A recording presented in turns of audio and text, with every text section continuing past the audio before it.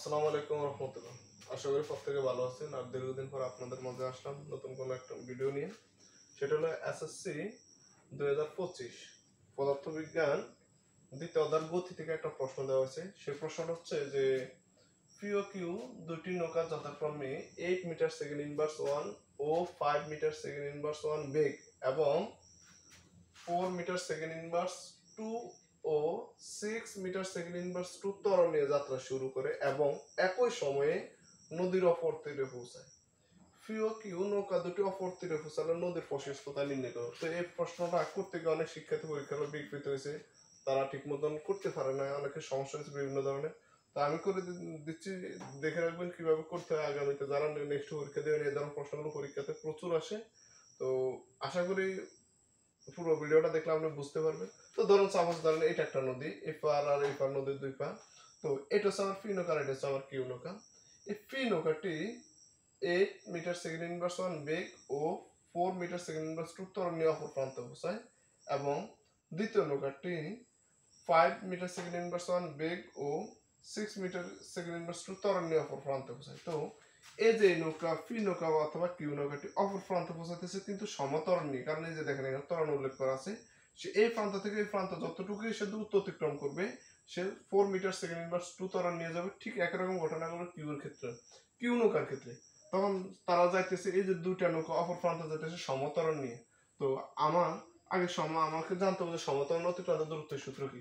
তো আমাকে আগে বের করে নিতে হবে যে একই সময় কিন্তু এখানে উল্লেখ করা নাই, কিন্তু বলছে যে কি একই সময়। তো আমি আগে একই সময়টা বের করে নিতে হবে। সেটার জন্য আমাকে কি করতে হবে, প্রথমত আমার যে প্রথম ফ্রি নৌকাটার অতিক্রান্ত দূরত্ব এবং সমতল অতিক্রান্ত দূরত্ব সূত্র আমরা জানি s = ut plus half at square.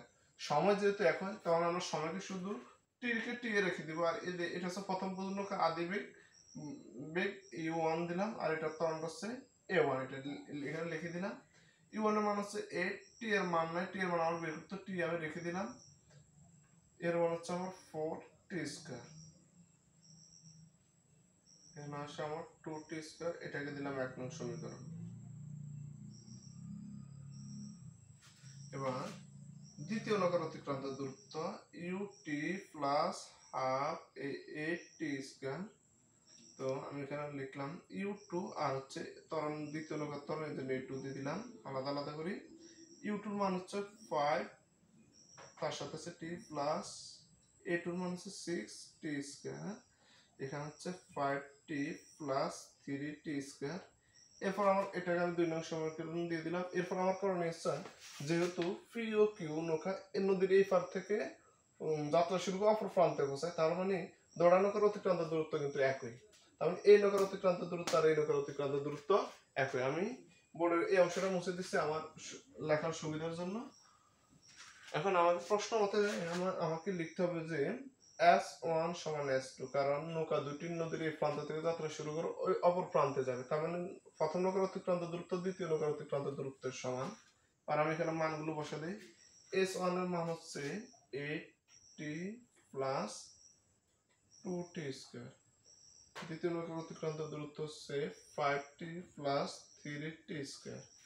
আর আমি পক্ষান্তর সাইড চেঞ্জ করে দিই, 8t minus 5t 3t square minus 2t square. এখানে আমার থেকে 3t আর এখান থেকে t স্কয়ার। এবার উভয় থেকে t একটা বাদ দিলে t = 3 সেকেন্ড। এবার আমি t এর মান পেয়েছি। এবার t এর মানটা আমি যে কোনো একটা সমীকরণে বসিয়ে দিলে আমার কিন্তু নদীর প্রশস্ততা বা নদীর গভীরতা নির্ণয় হয়ে যাবে। তো আমাকে এবার t এর মানটা লিখে নিতে হবে যে t এর মান 1 নং অথবা 2 নং, আপনার যা ইচ্ছা তাতে লিখুন। যে 1 নং সমীকরণে বসে t এর মান 1 নং সমীকরণ। তো 1 নং সমীকরণটা হচ্ছে আমার S1 = 8t plus 2t square. এবার আমি মানগুলো বসিয়ে দিই।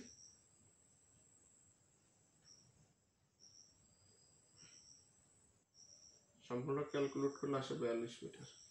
তো নদীর প্রশস্ততা বা নদীর গভীরতা হচ্ছে আমার 42 মিটার। আপনি টি এর মানটা 1 নং সমীকরণে বসায় যদি 2 নং সমীকরণে বসান, তো আপনার উত্তর একই আসবে 42 মিটার। আশা করি বুঝতে পারছেন। যদি না বুঝে থাকেন তাহলে কমেন্টে অবশ্যই জানাবেন, আমি আমার সাধ্যমতো বোঝানোর চেষ্টা করব। আর নতুন কোনো ভিডিও আসা পর্যন্ত ভালো থাকবেন।